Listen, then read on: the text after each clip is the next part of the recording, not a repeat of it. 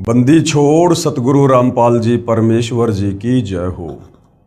परमपिता परमात्मा सारी सृष्टि के रचनहार कुल मालिक असंख्य ब्रह्मांडों के स्वामी जगत गुरु तीनों लोकों में प्रवेश करके सबका धारण पोषण करने वाले राजाधिराज आत्माधार नाथों के नाथ देवों के देव महादेव सर्वेश्वर महेश्वर मृत्युंजय अजरो अमर आदि अनादि सनातनी प्रभु जगत पिता जगदीश्वर श्री श्री 1008 की उपाधि के वास्तविक अधिकारी अकाल मूर्त सौद स्वरूपी राम वासुदेव सर्वगतम परम पूज्य प्रथम पूज्य परम संत परम पुरुष परम धनी परम दयालु सत्य कबीर हक्का कबीर अल्लाहु कबीर अल्लाहु अकबर बाखबर अल्लाह ताला जगत के तारणहार जगत के मुक्तिदाता जगत के जगन्नाथ हारे के सहारे हिंदुओं के राम मुसलमानों के अल्लाह सिखों के वाहिगुरु ईसाइयों के मसीह दया के सागर दयानिधि करुणा के सागर करुणानिधि स्वयंभू परिभू संकट मोचन कष्टहरण मंगल करण दुख भंजन अविगत कबीर निर्विकार निर्विषम परमात्मा अलय अलेख सतगुरु आदि अनादि सतगुरु असली मर्यादा पुरुषोत्तम असली राम असली कृष्ण असली घनश्याम असली मुरारी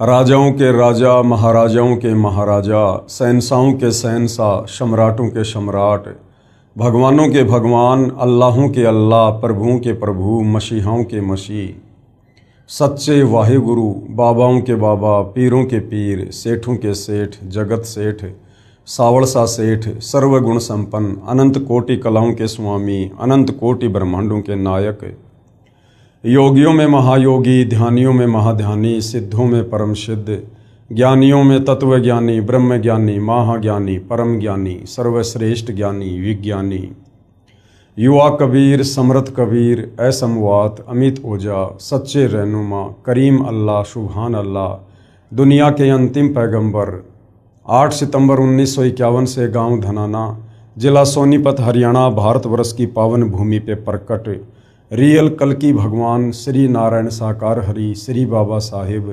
नूर अनंत परमात्मा सच्चे दरवेश सच्चे बाखबर संत श्रोमणी सतगुरु रामपाल जी परमेश्वर जी के चरण कमल में आप और हम सभी भाई बहनों का अनंत कोटि दंडवत प्रणाम।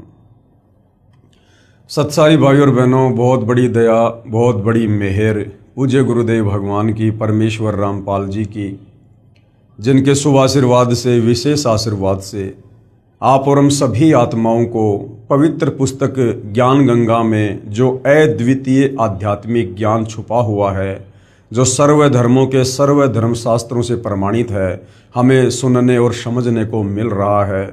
यदि इस ज्ञान को अच्छे से समझ लिया जाए और इस ज्ञान दाता सतगुरु रामपाल जी से उपदेश लेकर आजीवन मर्यादा में रहकर भक्ति की जाए तो निश्चित ही हमारी आत्मा का कल्याण इसी मनुष्य जन्म में संभव है।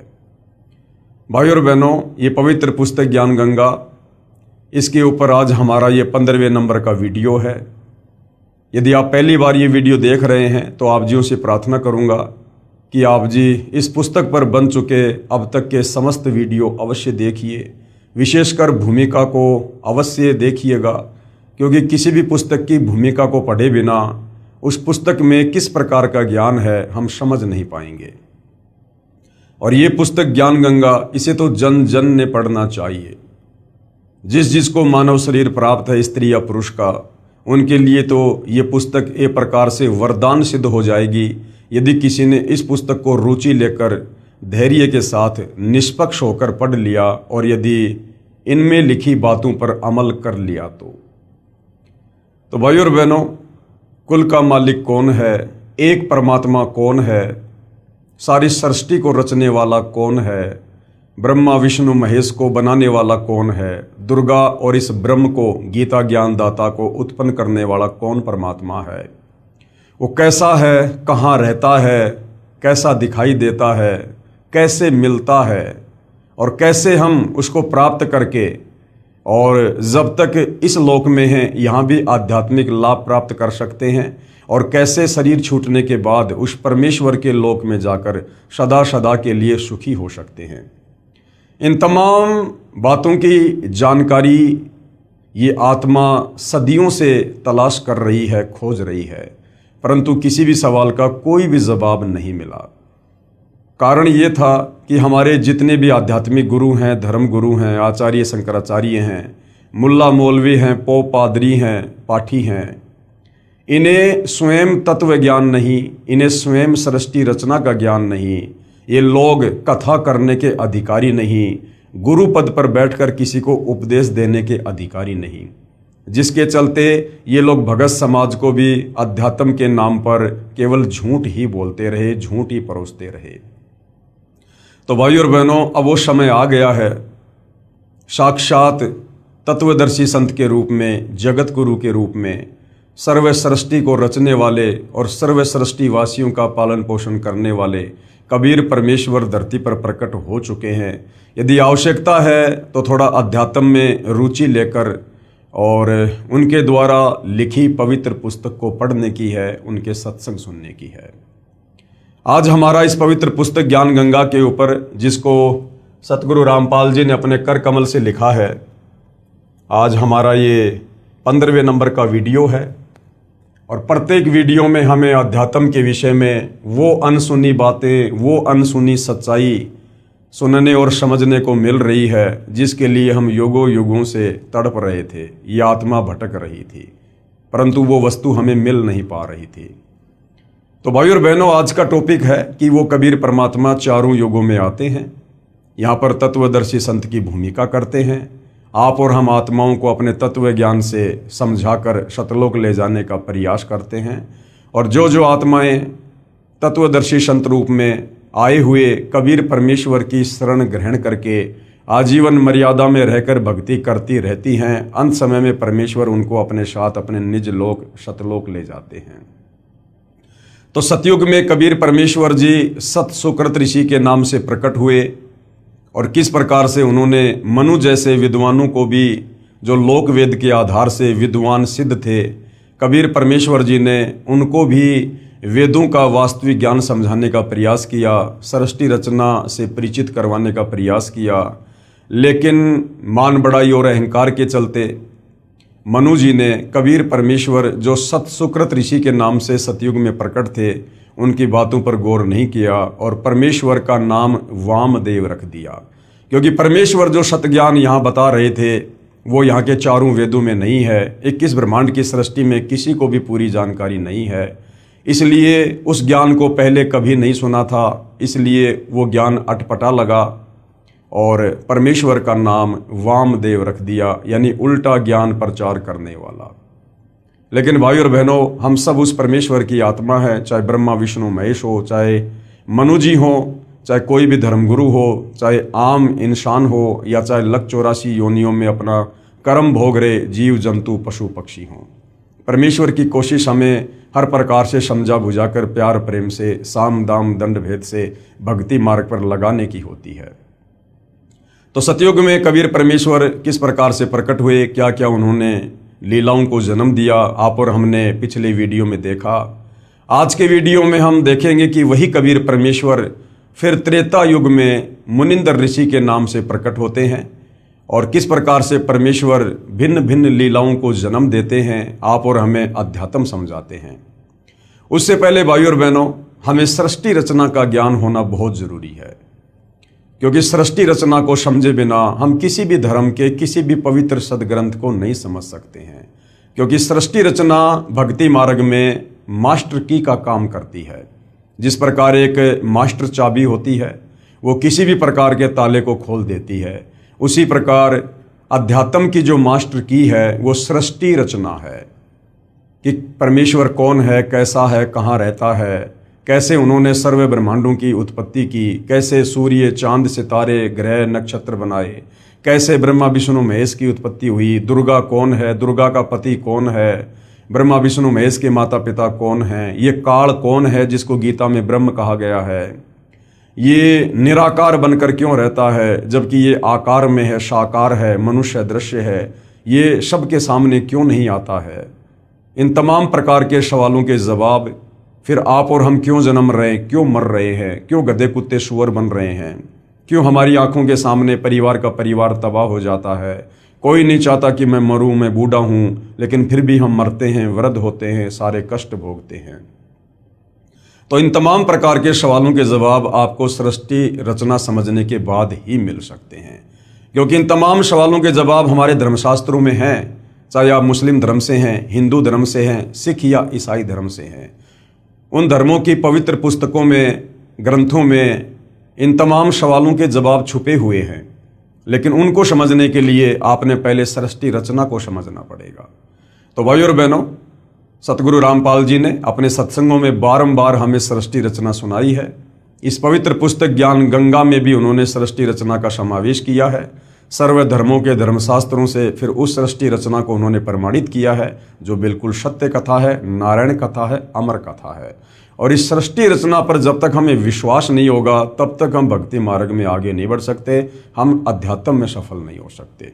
तो सृष्टि रचना को लेकर पूज्य गुरुदेव भगवान ने बताया कि सर्वप्रथम एक अनामी लोक था। उस अनामी लोक में कबीर परमात्मा स्वयं ही विराजमान थे। उस समय तक उन्होंने कोई भी आत्मा उत्पन्न नहीं की थी।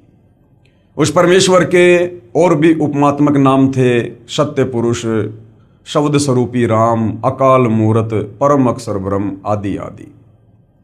उसके बाद कबीर परमेश्वर जी ने नीचे के 3 और अविनाशी लोक रचने का ख्याल किया, विचार किया, और अनामी लोक में बैठकर उस अनामी परमेश्वर ने, क्योंकि अनामी लोक में रहने के कारण कबीर परमेश्वर को अनामी पुरुष भी कहा जाता है, तो कबीर परमेश्वर जी ने अनामी लोक में बैठकर नीचे के 3 और अविनाशी लोकों की रचना की। सबसे पहले अगम लोक की रचना की, उसके बाद अलख लोक की रचना की, और फिर तीसरे नंबर पर सतलोक की रचना की।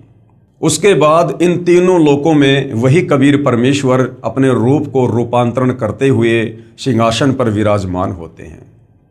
अगम लोक में विराजमान होने के कारण उस कबीर परमेश्वर को अगम पुरुष भी कहा जाता है। फिर अलख लोक में विराजमान होने के कारण उस कबीर परमेश्वर को अलख पुरुष कहा जाता है, और सत्यलोक में सिंहासन पर विराजमान होने के कारण उसी कबीर परमेश्वर को सत्य पुरुष की संज्ञा भी दी जाती है। उसके बाद कबीर परमेश्वर जी ने तीनों लोकों की रचना करके सर्वप्रथम सबसे नीचे के लोक सतलोक में सृष्टि को रचने की योजना बनाई। सर्वप्रथम कबीर परमेश्वर जी ने अपने एक वचन से 16 द्वीपों की रचना की। उसके बाद 16 शब्द उच्चारण किए और 16 पुत्रों की उत्पत्ति की, और अपने प्रत्येक पुत्र को एक एक द्वीप में रहने का आदेश दिया। उसके बाद कबीर परमेश्वर ने सतलोक में मानसरोवर की रचना की और भी काफ़ी रचनाएं की। उसके बाद कबीर परमेश्वर जी ने अपने 12वें नंबर के पुत्र अचिंत से कहा कि बेटा, मैं आपको वचन शक्ति देता हूँ, शब्द शक्ति देता हूँ, आप सतलोक में कुछ रचना करो। अचिंत ने कबीर परमेश्वर से शब्द शक्ति प्राप्त करके एक अक्षर पुरुष की उत्पत्ति की सृष्टि रचना में सहयोग देने के लिए। अक्षर पुरुष सतलोक में बने मानसरोवर में जाकर सो गया, क्योंकि वहाँ पर श्वासों से शरीर नहीं चलता है, वहाँ पर नूरी शरीर है, एक तत्व का शरीर है।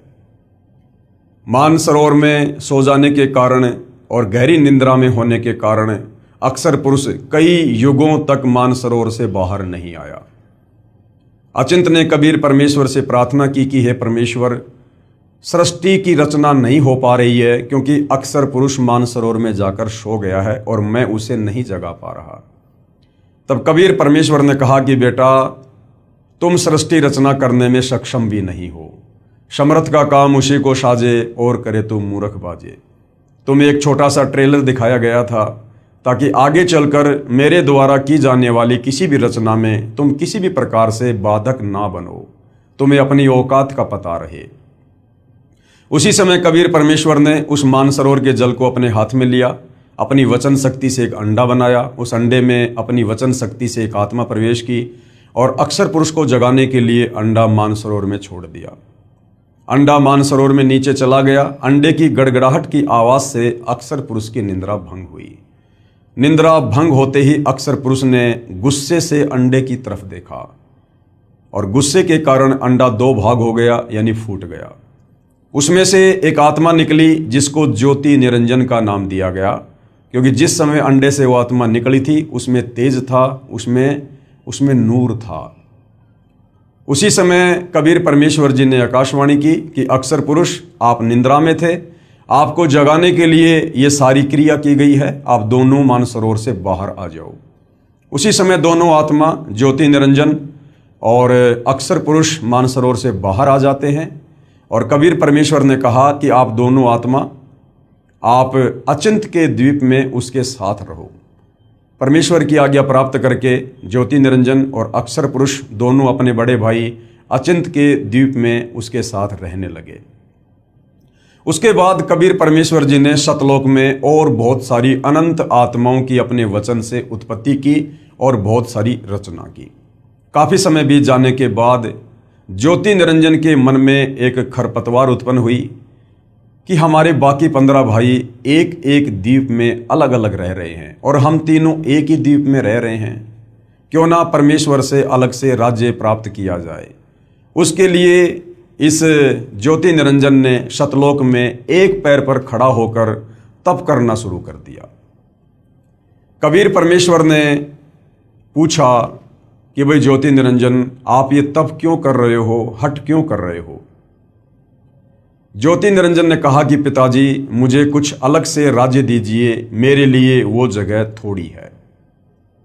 और जिस समय भाइयों और बहनों ये ज्योति निरंजन सतलोक में एक पैर पर खड़ा होकर तप कर रहा था, उस समय आज आप और हम जितनी भी आत्माएं इस मृत लोक में, इस 21 ब्रह्मांड में, ब्रह्मा विष्णु महेश से लेकर आप और हम जैसे आम इंसान, 184 योनियों के जलचर, थलचर, नभचर जितने भी प्राणी हैं, गंदी नाली के कीड़े से लेकर ब्रह्मा विष्णु महेश तक, जो आज हम यहाँ पर दुख भोग रहे हैं, नरक भोग रहे हैं, जन्म और मरण के रोग में हैं, 184 योनियों का कष्ट भोग रहे हैं, हम सभी आत्माएं उस समय तप कर रहे उस ज्योति निरंजन के ऊपर आसक्त हो गए। कबीर परमात्मा ने हमें बीच बीच में बहुत सावधान किया कि बच्चों, ये नादान है, इसकी नादानी को मत देखो, ये अपने कर्म फोड़ रहा है। आप आत्माओं को किस बात की कमी है? आपको सर्व सुख है, सर्व सुविधा है, आप अपनी भक्ति करो, प्रेम से आराम से रहो, इस नादान की नादानी को मत देखो। हम आत्माएं ऊपर से तो सावधान हो गई, परंतु अंदर से जो कशक थी वो ज्यों की त्यों ज्योति निरंजन के प्रति बनी रही। कबीर परमेश्वर ने देख लिया कि भाई बार बार समझाने के बावजूद भी ये अपनी हरकतों से बाज नहीं आ रहे हैं, ये पतिव्रता पद से नीचे गिर चुके हैं, इनकी आस्था अपने परमेश्वर से हटकर और एक अपने जैसे 2 कोड़ी के जीव के ऊपर अधिक होती जा रही है।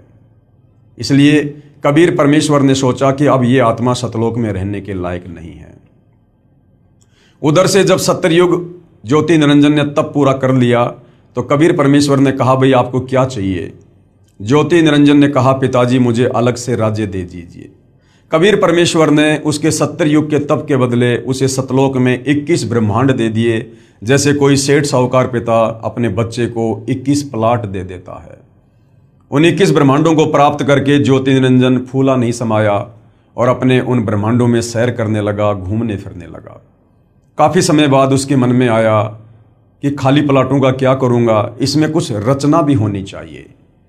उस रचना की सामग्री को प्राप्त करने के लिए ज्योति निरंजन ने सतलोक में फिर से एक पैर पर खड़ा होकर तप करना शुरू कर दिया। जब 70 युग बीत गए तब कबीर परमेश्वर ने पूछा कि भाई अब आपको क्या चाहिए? जो आपने मांगा था मैंने आपको दिया। ज्योति निरंजन ने कहा कि पिताजी मुझे कुछ रचना रचने की सामग्री दे दीजिए ताकि मैं कुछ कंस्ट्रक्शन अपने ब्रह्मांडों में कर सकूं। उस समय ये 5 तत्व और 3 गुण ये कबीर परमेश्वर के सबसे बड़े पुत्र कूरम के मुकुट में सूक्ष्म रूप में बीज रूप में थे। कबीर परमेश्वर जी ने ज्योति निरंजन से कहा कि आप अपने बड़े भाई कूरम के पास जाओ, बड़े ही प्यार से, बड़े ही अदब से आप उससे ये सामग्री मांगना, मेरा नाम लेकर, मेरा आदेश बताकर वो तुझे प्रदान कर देगा। ज्योति निरंजन अपने बड़े भाई कूरम के पास जाता है रचना सामग्री प्राप्त करने के लिए। कूरम उस समय समाधि में था, ध्यान में था, भक्ति में लीन था। वहाँ जाकर ज्योति निरंजन ने आवाज़ दी कि भैया मुझे पिताजी ने भेजा है तुम्हारे पास में सृष्टि को रचने की सामग्री है वो मुझे चाहिए।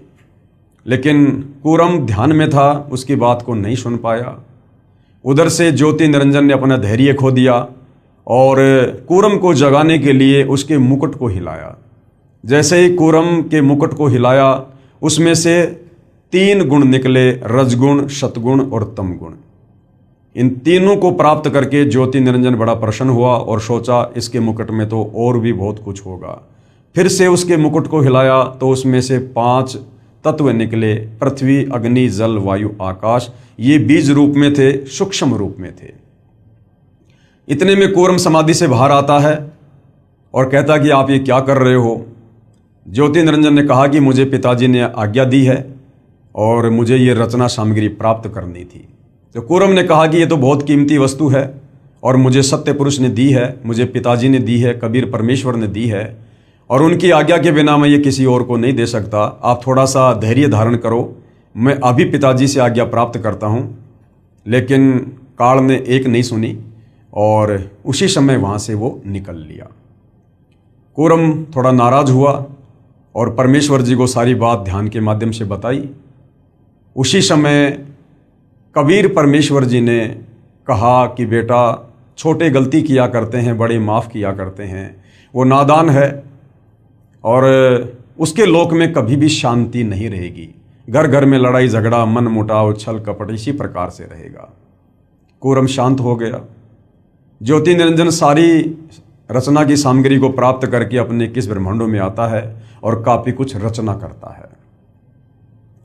हम सभी नादान आत्माएं उसके ऊपर कुर्बान हो चुकी थी, पतिव्रता पद से नीचे गिर चुकी थी। कुछ समय बाद ज्योति निरंजन ने देखा कि मैंने बहुत सारा निर्माण कार्य भी कर लिया है, लेकिन मेरे अकेले का मन नहीं लग रहा, कुछ आत्मा हो तो बात बने।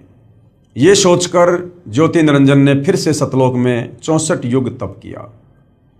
64 युग तप करने के बाद कबीर परमेश्वर जी ने कहा कि भाई ज्योति निरंजन, आपको जो चाहिए था वो मिल गया, अब और क्या चाहिए, आप ये क्यों हट कर रहे हो। ज्योति निरंजन ने कहा, पिताजी मुझे कुछ आत्मा दे दो, मेरा अकेले का मन नहीं लगता। कबीर परमेश्वर ने कहा कि बेटा, तेरे तप के बदले अगर तुझे और ब्रह्मांड चाहिए तो मैं दे सकता हूँ, परंतु ये मेरे बच्चे हैं, मेरी आत्मा हैं, ये मेरे वचन से, मेरे शब्द से, मेरे शरीर से उत्पन्न हैं, इनको मैं किसी भी कीमत पर नहीं दे सकता हूँ। हाँ, यदि कोई तेरे साथ स्वेच्छा से जाना चाहे तो मैं आज्ञा दे सकता हूँ। कबीर परमेश्वर को पता था कि इन सब की आस्था इस ज्योति निरंजन में ज़्यादा हो चुकी है, अब ये सतलोक में रहने के योग्य नहीं है।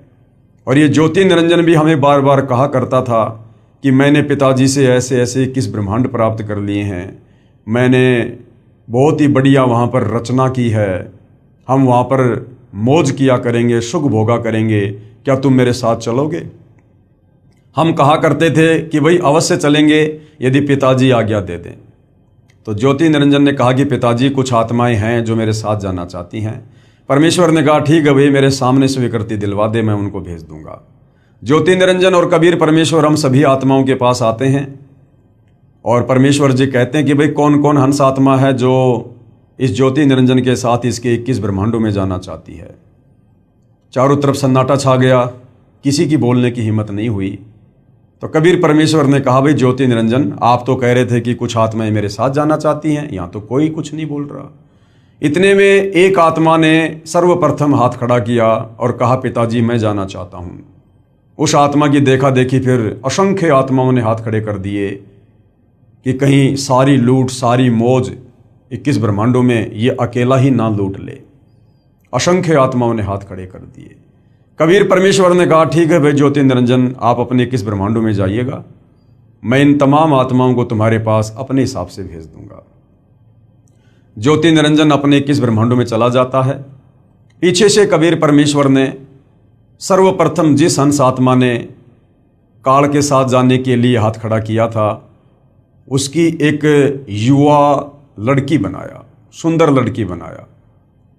और हम जितनी भी आत्माएं थी, तमाम आत्माओं को परमेश्वर जी ने सूक्ष्म रूप में उस लड़की के अंतःकरण में डाल दिया, जिसका नाम उन्होंने अष्टंगी रखा, आस्ट्रा रखा, आदि माया रखा, जिसको आगे चलकर दुर्गा भी कहा गया। वही शेरा वाली माता दुर्गा। हम सभी आत्माओं को दुर्गा के अंतःकरण में सूक्ष्म रूप में डाल दिया और कहा, बेटी मैंने तुझे सब शक्ति दे दी है, जितनी आत्मा ज्योति निरंजन कहेगा तू उत्पन्न कर सकती है।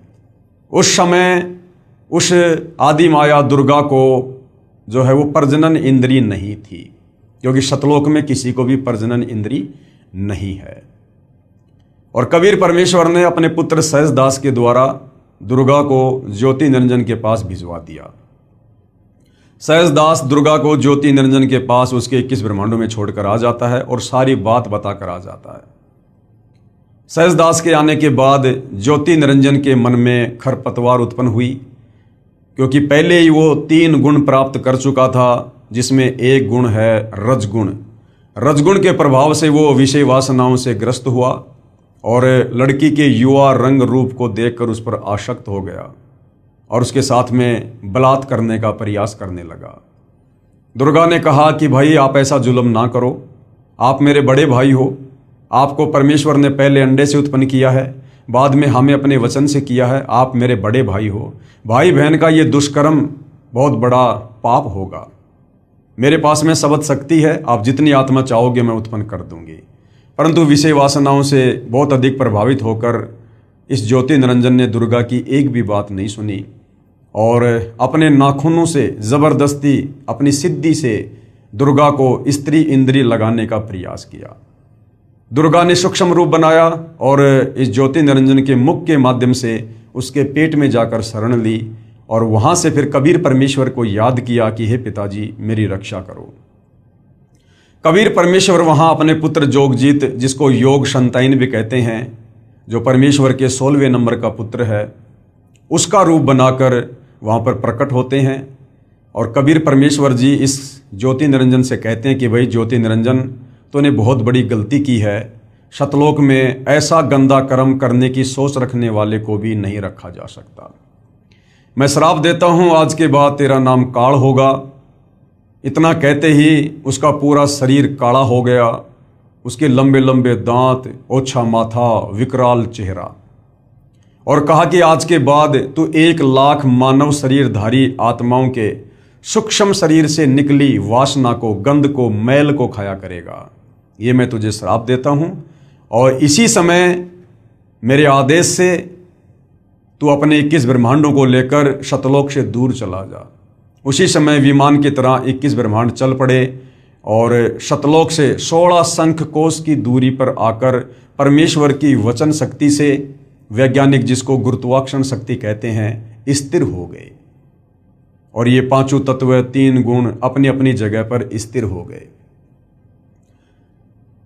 सतलोक से 16 शंख कोश की दूरी पर आने के बाद इस ज्योति निरंजन ने दुर्गा से कहा कि दुर्गा अब मैं अपनी मनमानी करूंगा, अब मेरा कौन क्या बिगाड़ लेगा, मुझे जो सजा मिलनी थी मिल चुकी है। और दुर्गा के साथ में जबरदस्ती करने का प्रयास करने लगा।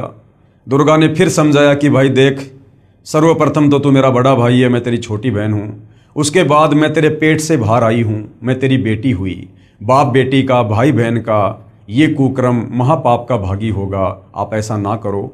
मेरे पास वचन शक्ति है परमेश्वर की दी हुई, कबीर भगवान की, आप जितनी आत्मा चाहोगे मैं उत्पन्न कर दूंगी।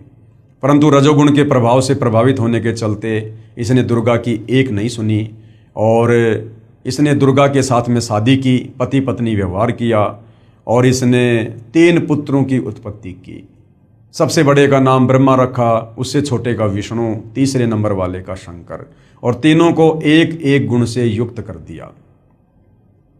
और इसने अपने इन 21 ब्रह्मांडों को 4 महाब्रह्मांडों में सेट कर दिया। एक महाब्रह्मांड में इसने 5 ब्रह्मांडों को सेट किया और एक महाब्रह्मांड के बराबर एक ब्रह्मांड में ये स्वयं ऊपर रहता है, जिसको ब्रह्मलोक कहते हैं, जहाँ पर इसने तपतशिला बना रखी है, जहाँ ये प्रतिदिन 1,00,000 मानव शरीरधारी आत्मा, स्त्री या पुरुष जो मरते हैं, उनके सूक्ष्म शरीर से निकली वासना को वहाँ पर भून भून के खाता है। और उसके बाद तीनों पुत्रों को इस काल ने अचेत कर दिया। एक पुत्र को इसने, जो सबसे बड़ा है ब्रह्मा, उसको कमल के फूल के ऊपर अचेत करके लेटा दिया। दूसरे वाले पुत्र विष्णु को शेषनाग की सैया के ऊपर अचेत करके लेटा दिया। तीसरे नंबर के पुत्र शिवजी को, शंकर को इसने कैलाश पर्वत पर अचेत करके बैठा दिया और दुर्गा से कहा कि दुर्गा, तुम इनकी अचेत अवस्था में तुम इनकी परवरिश करो और मेरे आदेश से तुम इनको चेतना में लाना।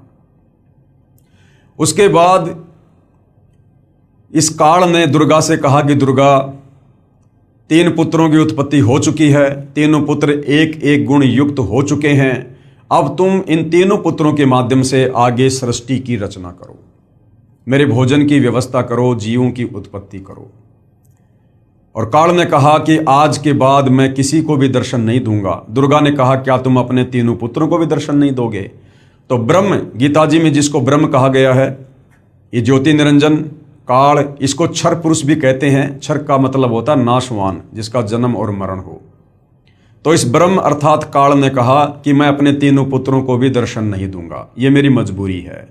यदि मैंने इनको दर्शन दे दिए तो ये मेरे वास्तविक रूप से परिचित हो जाएंगे और फिर ये सवाल करेंगे कि आपका इतना भूंडा चेहरा कैसे है। और सच पता चलने पर कि मुझे रोजाना 1 लाख मानव शरीरधारी आत्माओं को खाना पड़ता है, तो ये कभी भी मेरे लिए संतान उत्पत्ति नहीं करेंगे, जीवों की उत्पत्ति नहीं करेंगे, इस पाप में भागी नहीं बनेंगे। तो ये अपने पुत्रों को भी दर्शन नहीं देता है। और इसने दुर्गा से कहा कि दुर्गा, अब तुम तीनों पुत्रों को सचेत करो। दुर्गा ने तीनों पुत्रों को सचेत किया और तीनों को आपस में इकट्ठा किया और काल के आदेश से दुर्गा तीनों पुत्रों को समुद्र मंथन पर लेकर गई। समुद्र मंथन पर ले जाकर सर्वप्रथम काल ने वहाँ पर 4 वेद जो है वो प्रकट किए और काल के आदेश से दुर्गा ने 4 वेद ब्रह्मा जी को दे दिए। ब्रह्मा जी ने जब वेदों को पढ़ा तो पता चला कि कोई और है ब्रह्म, कोई ब्रह्म है, वो सहशरीर है, तेजोमय शरीर है। उससे पहले जब ये ब्रह्मा दुर्गा से पूछा करता था कि हमारा पिता कौन है, तो ये दुर्गा काल के डर से सच नहीं बताती थी और कह देती थी कि बेटा मैं तेरी माँ हूँ, मैं तेरा पिता हूँ। लेकिन जब ब्रह्मा जी ने वेदों में पढ़ा कि कोई और ब्रह्म है जो आकार में है, साकार है, मनुष्य जैसा है, उसको प्राप्त किया जा सकता है, तो ब्रह्मा ने कहा कि माँ मुझे तेरी बातों पर अब यकीन नहीं है। पहले जब मैं पूछा करता था हमारा पिता कौन है तो आप कहती थी कि मैं ही तेरा पिता हूँ। अब जब मैंने वेद पढ़ लिए, वेदों में लिखा है, अब मैं पूछ रहा हूँ तो आप कह रहे हो कि तुम्हारा पिता है लेकिन वो दर्शन नहीं देगा। माँ मुझे आपकी इस बात पर यकीन नहीं है, मैं तो अपने पिता के दर्शन करके रहूँगा। दुर्गा ने कहा यदि तुझे तेरे पिता ने दर्शन नहीं दिए तो क्या करेगा? ब्रह्मा ने कहा कि मैं आपको शक्ल भी नहीं दिखाऊंगा। ये कहकर ब्रह्मा जी उत्तर दिशा की तरफ अपने पिता के दर्शन करने के लिए समाधि लगाने के लिए चले गए। ब्रह्मा जी ने 4 युगों तक समाधि लगाई लेकिन काल ने दर्शन नहीं दिए। उधर से काल ने आकाशवाणी की कि दुर्गा, सृष्टि की रचना क्यों नहीं हो रही, जीवों की उत्पत्ति क्यों नहीं हो रही है? तुझे पता है ना मुझे 1 लाख मानव शरीरधारी आत्माओं को खाने का श्राप लगा हुआ है। दुर्गा ने कहा कि सृष्टि की रचना कैसे हो? आपका बड़ा बेटा ब्रह्मा आपकी खोज करने के लिए, दर्शन करने के लिए गया हुआ है, समाधि लगा के बैठा है। काल ने कहा दुर्गा उस तक सूचना पहुंचाओ कि मैं उसको दर्शन नहीं दूंगा। दुर्गा ने अपनी सबद शक्ति से एक लड़की उत्पन्न की जिसका नाम गायत्री रखा और कहा बेटी किसी भी तरह से अपने बड़े भाई ब्रह्मा जी को लेकर आ। गायत्री जाती है और देखती है कि ब्रह्मा तो समाधि लगाकर बैठा है। गायत्री ने ध्यान अवस्था में दुर्गा से बात की तो दुर्गा ने कहा कि आप इसके चरण स्पर्श करो, इसकी समाधि टूट जाएगी। गायत्री ने वैसा ही किया, ब्रह्मा जी के चरण स्पर्श किए, ब्रह्मा जी का ध्यान भंग हुआ। ध्यान भंग होते ही ब्रह्मा जी ने क्रोध से कहा कि तू कौन कुलटा है, कुलक्षणा है, जिसने मेरा ध्यान भंग कर दिया, मेरी समाधि तोड़ दी, मैं तुझे श्राप दूंगा। गायत्री ने कहा भाई श्राप बाद में देना, पहले मेरी बात सुन ले। मुझे माता दुर्गा ने भेजा है, आपके बिना सृष्टि नहीं रची जा रही है और आपको मेरे साथ चलना है। ब्रह्मा ने कहा गायत्री मैं कैसे चलूं? मैं माता से कहकर आया था कि जब तक मुझे पिताजी दर्शन नहीं देंगे मैं आपको शक्ल भी नहीं दिखाऊंगा और मुझे पिताजी के दर्शन नहीं हुए। ब्रह्मा ने कहा कि गायत्री अगर तू मेरी झूठी गवाही दे कि मेरे सामने ब्रह्मा को ब्रह्म ने दर्शन दिए हैं तो मैं चल सकता हूं। गायत्री ने कहा भाई मैं झूठी गवाही क्यों दूं? लेकिन गायत्री की मजबूरी थी, दुर्गा का आदेश था, ब्रह्मा को लेकर जाना था। तो गायत्री ने सोचा कि कहीं मैं झूठी गवाही दे दूं, कल को सच्चाई का पता चले, मेरी अकेले की पिटाई हो जाए, मुझे दंड मिले। तो गायत्री ने कहा कि मैं झूठी गवाही दे सकती हूँ, लेकिन ये मेरी एक शर्त है, यदि आप मेरे साथ शारीरिक संबंध बनाओ, रति क्रिया करो, तो मैं आपकी गवाही दूँ। ब्रह्मा ने गायत्री के साथ में शारीरिक संबंध बनाए। उसके बाद गायत्री ने सोचा क्यों ना एक और गवाह तैयार किया जाए ताकि बात में कुछ दम हो। गायत्री ने अपनी शब्द शक्ति से एक लड़की उत्पन्न की जिसका नाम पोहपति रखा और पोहपति से कहा कि तुम ऐसे ऐसे हमारी गवाही दो। पोहपति ने भी यही सोचा कि मैं झूठी गवाही दे दूं, ये कल को बच जाएं और मैं दोषी हो जाऊं। तो पोहपति ने भी वही शर्त रखी, यदि ब्रह्मा मेरे साथ में शारीरिक संबंध बनाए तो मैं गवाही दे सकती हूँ। ब्रह्मा की मजबूरी, गायत्री की मजबूरी। ब्रह्मा ने पोहपति के साथ वही कर्म किया, शारीरिक संबंध बनाए और तीनों माता दुर्गा के पास में आ जाते हैं। दुर्गा कहती है, बेटा तुझे तेरे पिता ब्रह्म ने दर्शन दिए। ब्रह्मा जी ने कहा कि माता जी मुझे दर्शन हुए हैं। दुर्गा ने कहा कि मैं कैसे यकीन करूं, कोई गवाह पेश करो। ब्रह्मा जी ने कहा कि ये दोनों लड़कियां हैं, इन दोनों के सामने दर्शन दिए। दुर्गा ने उन दोनों से पूछा तो दोनों ने स्वीकृति दे दी कि हमारे सामने पिताजी ने दर्शन दिए हैं। उधर से दुर्गा ने सोचा कि ये काल मुझे तो कह रहा था कि मैं कभी किसी को दर्शन नहीं दूंगा, ये कह रहे हैं कि मुझे दर्शन दिए हैं। दुर्गा थोड़ा नाराज हुई और उसने ध्यान लगाया। उधर से काल ने आकाशवाणी की कि दुर्गा ये तीनों झूठ बोल रहे हैं, मैंने किसी को कोई दर्शन नहीं दिए हैं। दुर्गा नाराज होकर आई और कहा कि भाई तुम्हारे पिता ने आकाशवाणी की है, उन्होंने तुम्हें दर्शन नहीं दिए, तुम झूठ बोल रहे हो। इतना सुनकर ब्रह्मा जी हंसने लगे और कहने लगे, माता जी मैं क्या करता, मेरी मजबूरी थी, पिताजी ने दर्शन दिए नहीं। मैं आपसे प्रतिज्ञा करके गया था कि यदि पिताजी दर्शन नहीं देंगे मैं आपको शक्ल नहीं दिखाऊंगा, इसलिए झूठ बोलना पड़ा। उसी समय दुर्गा ने काल प्रेरणा से गुस्से में आकर अपने बड़े बेटे ब्रह्मा को श्राप दे दिया कि जग में तेरी पूजा नहीं होगी और तेरे वंशज भी तेरे जैसे झूठे होंगे, पाखंडी होंगे।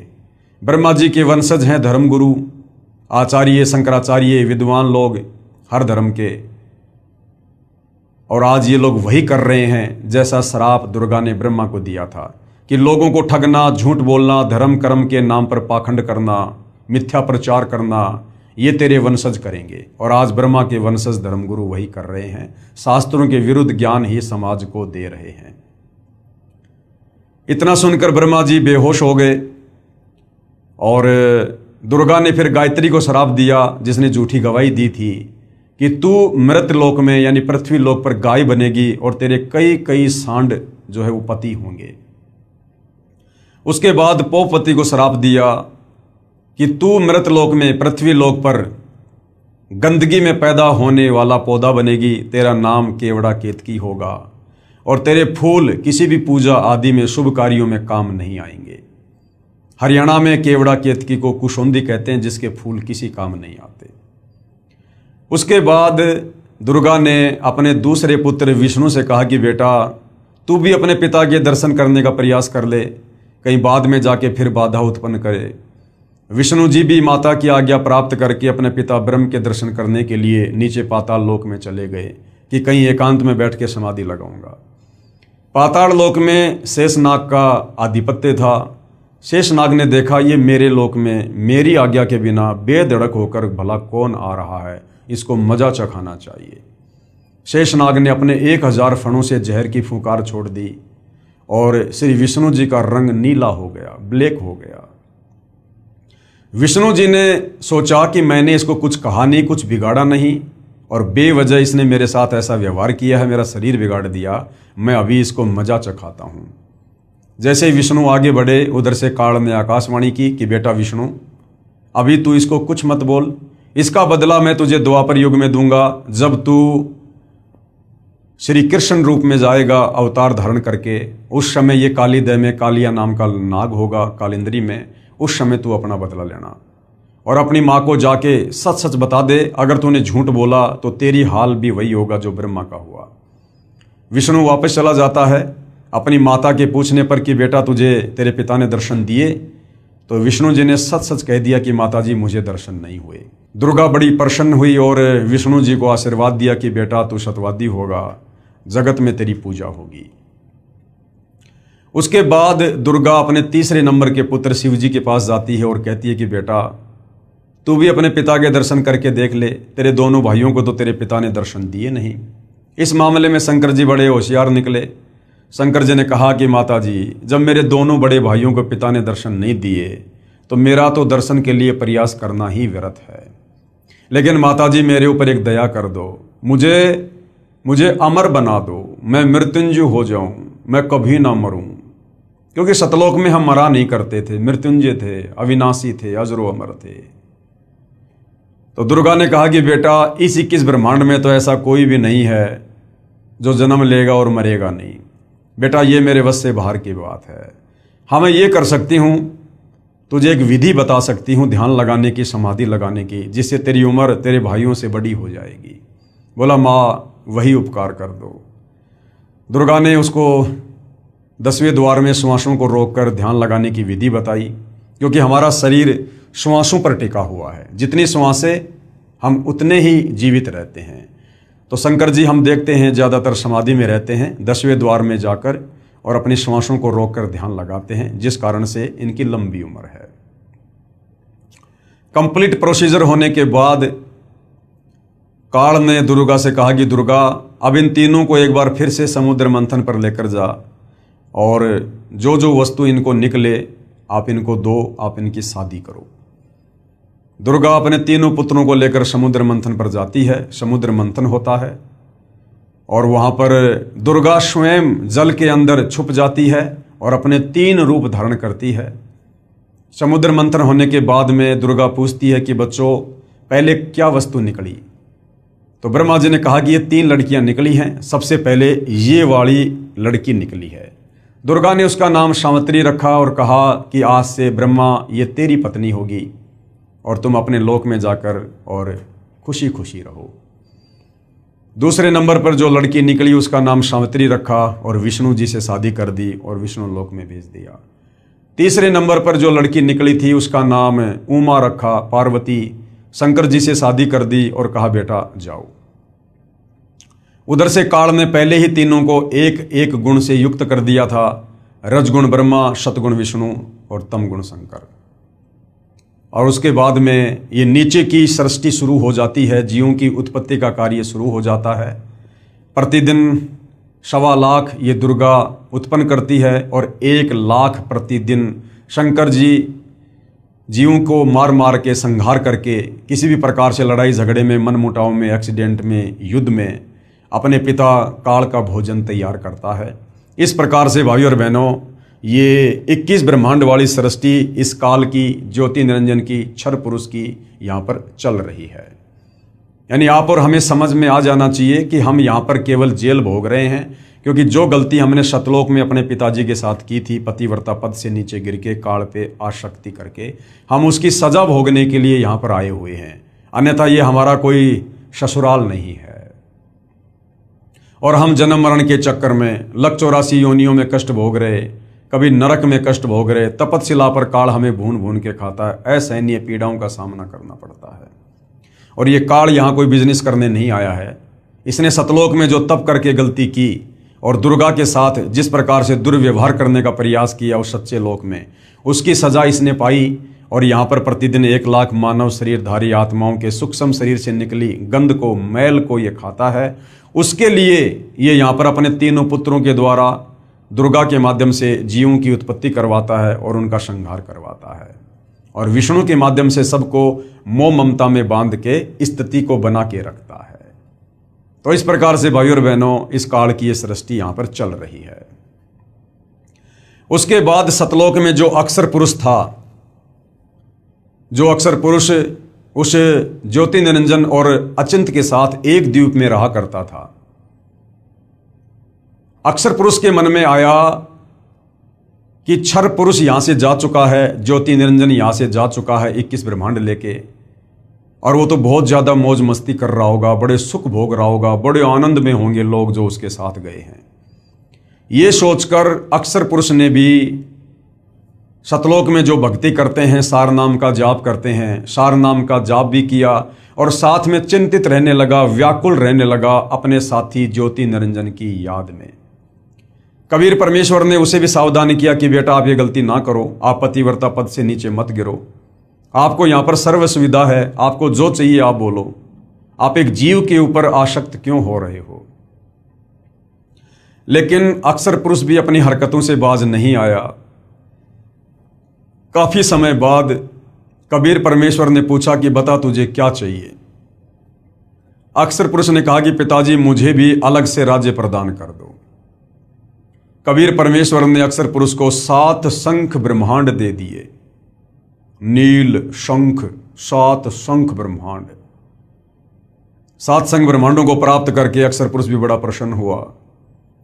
उधर से सतलोक में जो अन्य आत्माएं थी जिन्होंने पहले काल के साथ 21 ब्रह्मांड में जाने की स्वीकृति नहीं दी थी, हाथ खड़ा नहीं किया था, लेकिन सब कुछ देख रहे थे, उन आत्माओं के मन में भी रह रहकर विचार आने लगा कि काश हम भी हाथ खड़ा कर देते तो हम भी आज काल के साथ, ज्योति निरंजन के साथ 21 ब्रह्मांड में होते और हम सर्व सुख भोगते। ऐसा उन्होंने क्यों सोचा? क्योंकि उन्हें केवल इतना ही पता था कि ज्योति निरंजन यहां से 21 ब्रह्मांड और बहुत सारी आत्माओं को लेकर अलग से राज्य कर रहा है और वो तो बड़े सुख भोग रहा होगा। उन्हें इस बात का नहीं पता था कि किस प्रकार से परमेश्वर ने उसको श्राप देकर और सजा काटने के लिए यहां से बाहर भेजा है और उस लोक में आत्माएं कैसे कैसे नरक भोग रही हैं। आज आप और हमें पता है हम कितना सुख भोग रहे हैं, जन्म मरण के चक्कर में पड़े हैं। मनुष्य जन्म में भी हम सुखी नहीं हैं। कभी एक्सीडेंट हो जाता है, कभी आंख फूट जाती है, पैर टूट जाता है, लकवा मार जाता, बीमार हो जाते हैं, आंखों के सामने बेटा बेटी मर जाते हैं, हमारी अकाल मृत्यु हो जाती है। उसके बाद 184 योनि में गधे, कुत्ते, सुअर, कीट पतंग, गंदे नाले का कीड़ा बनकर दुख भोगते हैं। कुत्ता बनकर टट्टी खाते हैं, सुअर बनकर लैट्रिन खाते हैं, गोबर खाते हैं। फिर हमें नरक में ठोका जाता है, नरक में असहनीय पीड़ा भोगते हैं और हर मनुष्य जन्म के बाद हम तपतशिला पर जाते हैं। काल हमें भून भून कर हमारी वासना निकाल कर खाता है। इस बात की जानकारी सतलोक में रहने वाली अन्य आत्माओं को नहीं थी। उन्होंने सोचा वो तो सुख भोग रहे होंगे जो सुख शायद सतलोक में भी ना हो। ये सोचकर वो आत्माएं भी चिंतित रहने लगी और अक्सर पुरुष जब चिंतित रहता था तो उसकी चिंता पर आसक्त हो गए कि देखो किस प्रकार से ये उन्मुनासा रहता है, ना किसी से ज़्यादा बोलता ना चलता और किस प्रकार से यादों में खोया रहता है। यानी साथ में अक्सर पुरुष के ऊपर भी आत्माएं आसक्त हो गई। परमेश्वर ने उन आत्माओं को भी बहुत ज़्यादा सावधान किया, लेकिन वो भी अपनी हरकतों से बाज नहीं आए और पतिव्रता पद से नीचे गिरते चले गए। अंत में अक्सर पुरुष ने कहा जी मुझे कुछ आत्माएं दे दो, मैं अकेला कैसे रहूंगा। कबीर परमेश्वर ने कहा भाई यदि कोई तेरे साथ जाना चाहेगा तो भेज दूंगा, बाकी अपनी तरफ से मैं अपने बच्चों को आपके पास नहीं भेजूंगा। अक्सर पुरुष को पता था कि बहुत सारी आत्माएं मेरे ऊपर आसक्त हैं, मेरे साथ जाना चाहती हैं। उसने कहा पिताजी बहुत सारी आत्माएं मेरे साथ जाना चाहती हैं।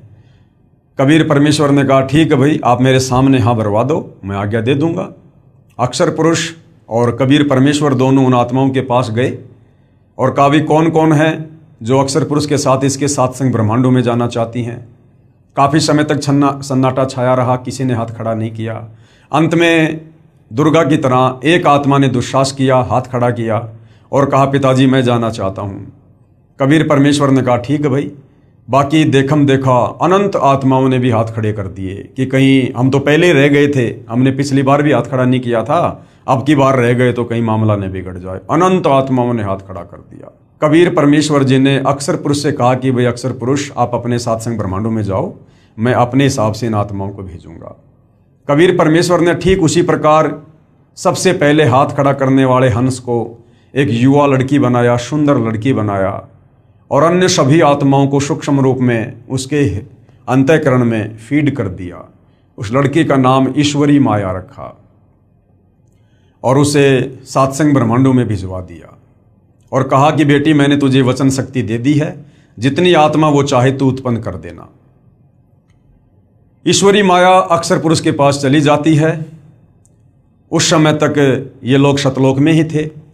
परमात्मा ये देखना चाहते थे कि क्या ये अक्सर पुरुष भी वो गलती करेगा जो गलती उस काल ने दुर्गा के साथ बलात्कार करने की। उस समय तक कबीर परमेश्वर ने स्त्री इंद्री ईश्वरी माया को नहीं लगाई थी। अक्सर पुरुष के पास जाते ही अक्सर पुरुष ने जब लड़की को देखा, रूप रंग निखरा हुआ, युवा शरीर सुंदर, उसके मन में भी वही दोष उत्पन्न हुआ।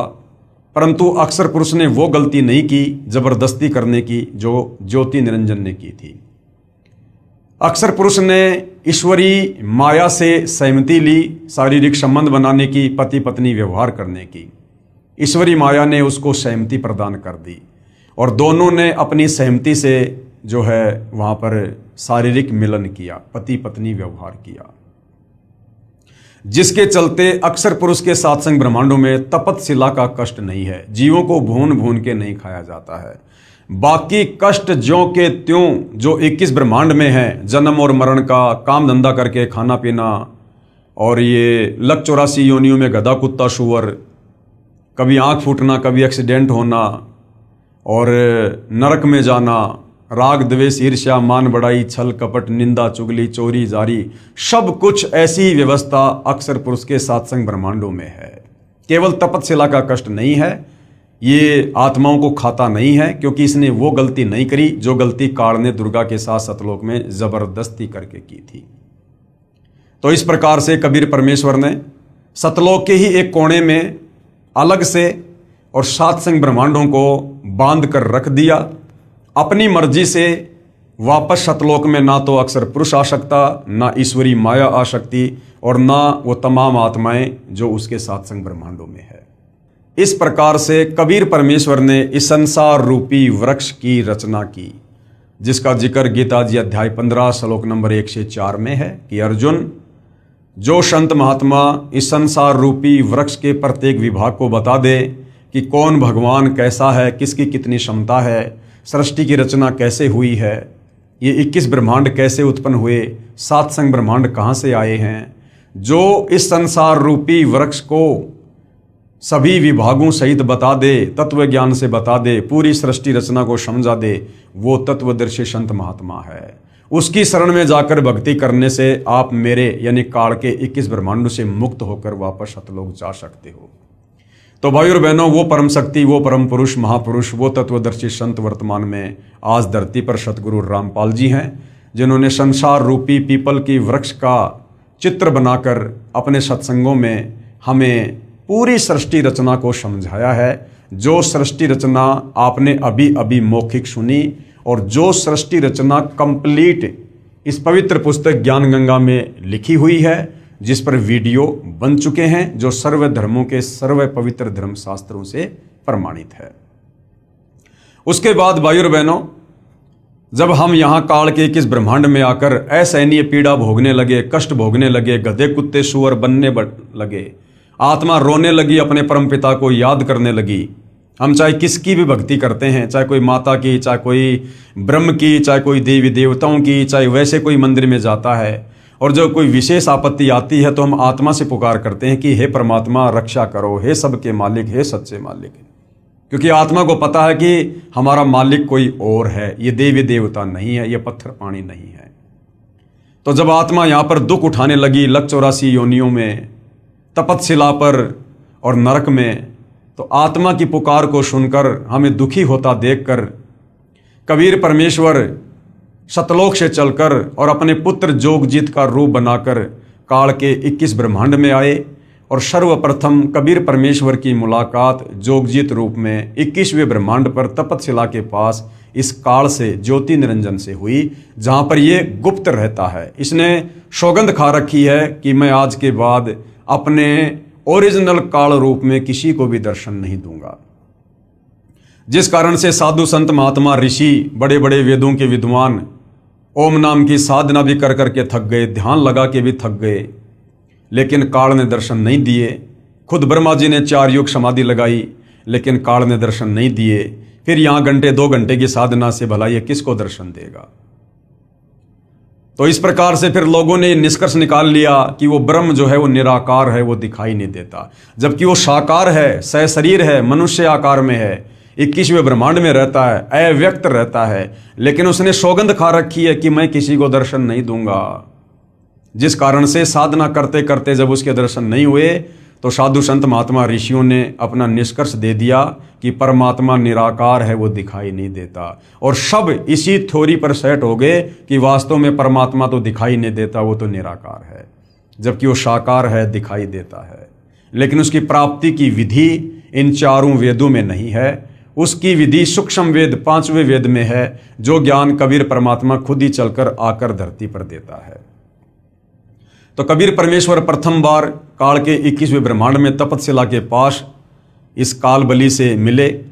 दोनों में कुछ एग्रीमेंट हुआ, जिसमें एक एग्रीमेंट था कि परमेश्वर आप तीनों युगों में जीव थोड़े लेके जाना, सतयुग त्रेता द्वापर में, चौथे युग कलयुग में आप जितने मर्जी जीव लेकर जाना।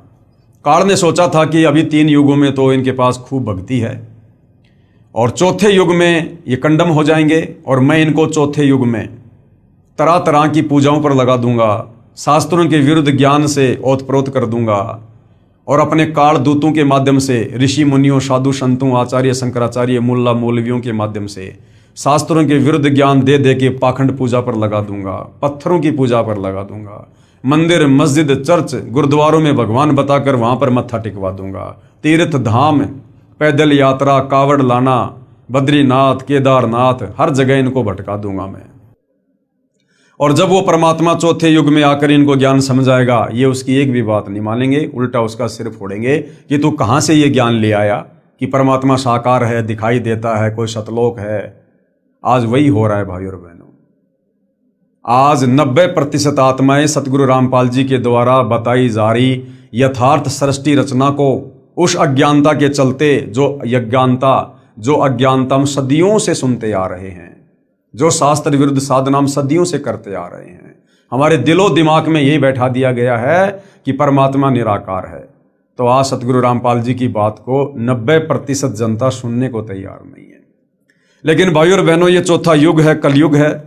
मालिक को भी पता था कि 3 युगों में इनके पास भक्ति होगी, इनके पुण्य होंगे, दान धर्म की कमाई होगी, जिस कारण से ये वैसे भी मेरी बात को स्वीकार नहीं करेंगे। जब चौथा युग कलयुग आएगा, इनकी पुण्य कमाई नष्ट हो चुकी होगी, इनके पाप कर्म शेष बचेंगे और पाप कर्मों के चलते इनके ऊपर तरह तरह की आपत्ति आएंगी।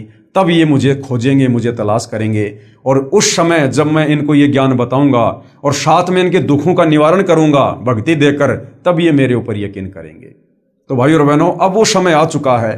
कबीर परमात्मा स्वयं सतगुरु रामपाल जी के नाम से, उनके चोले में, उनकी वेशभूषा में धरती पर प्रकट हैं। आप और हमें सन 1994 से अपने यथार्थ 13वें कबीर पंथ को चलाकर ये सतज्ञान दे रहे हैं, शास्त्र प्रमाणित ज्ञान दे रहे हैं, शास्त्र अनुकूल साधना बता रहे हैं, सृष्टि रचना का ज्ञान दे रहे हैं, यथार्थ भक्ति मंत्र दे रहे हैं और हमें सौ सुख दे रहे हैं।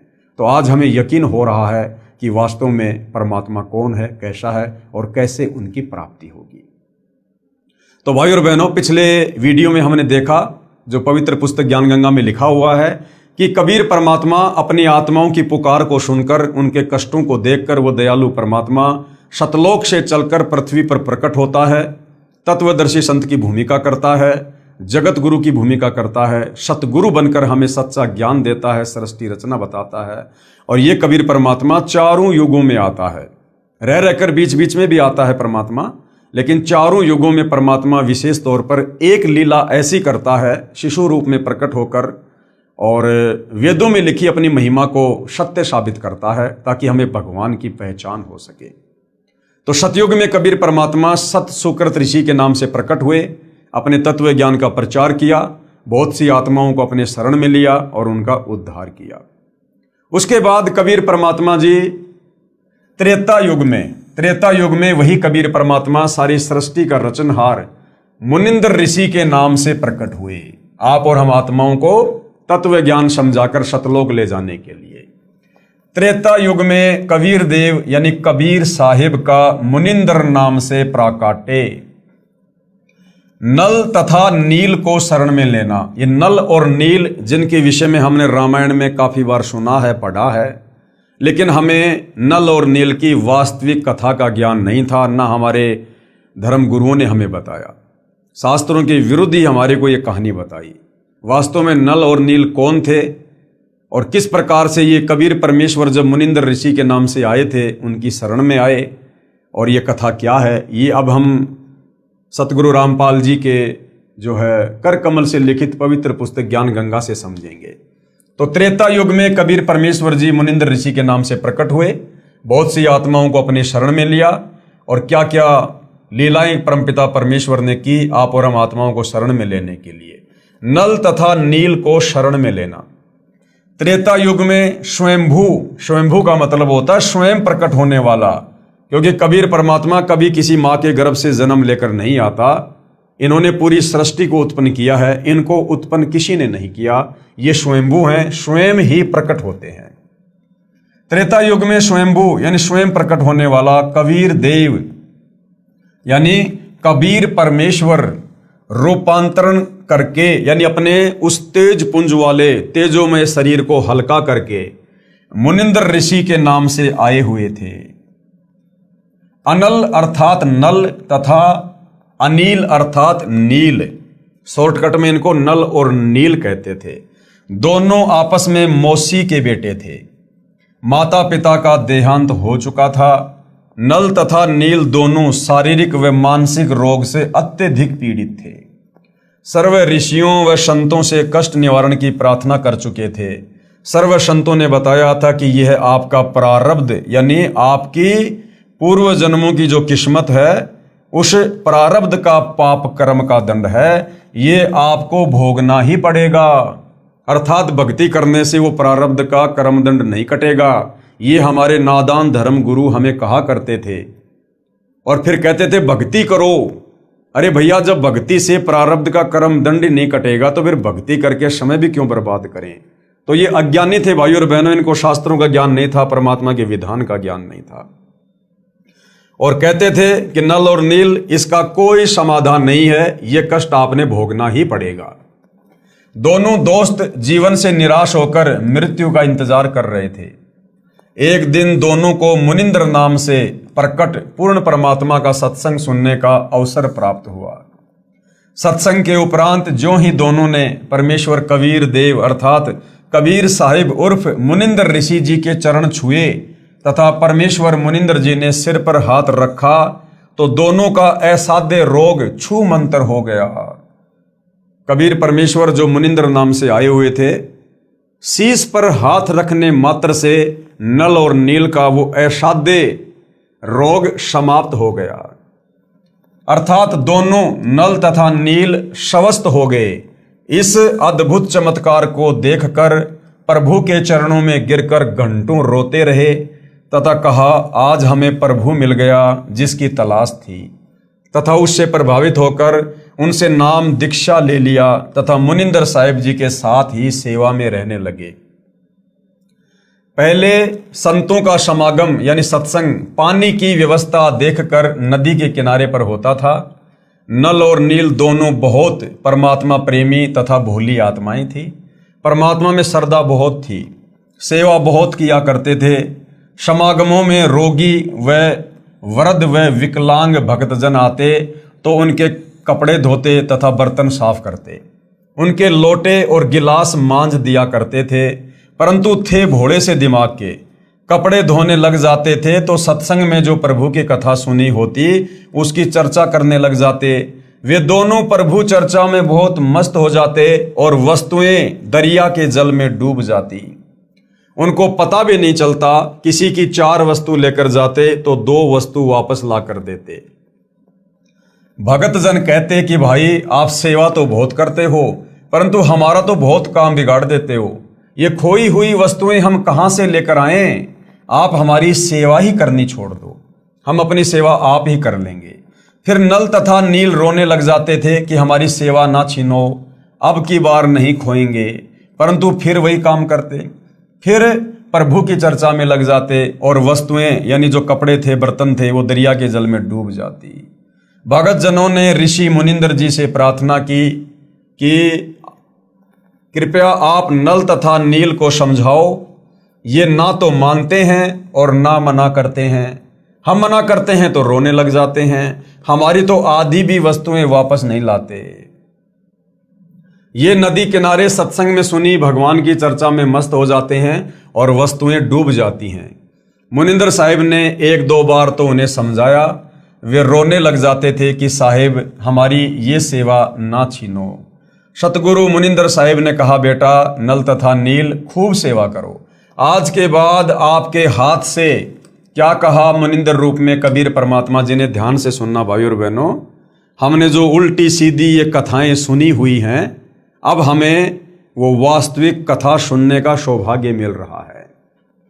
क्या कहा कबीर परमात्मा ने नल और नील को, ये आज के बाद आपके हाथ से कोई भी वस्तु, चाहे पत्थर या लोहा भी क्यों ना हो, जल में नहीं डूबेगी। मुनिंदर साहिब ने उनको ये आशीर्वाद दे दिया कि चाहे लोहे की वस्तु हो, चाहे पत्थर ही क्यों ना हो, तुम्हारे हाथ से जो जल में छोड़ा जाएगा, कोई भी वस्तु जल में नहीं डूबेगी, वो वहीं तैरती रहेगी।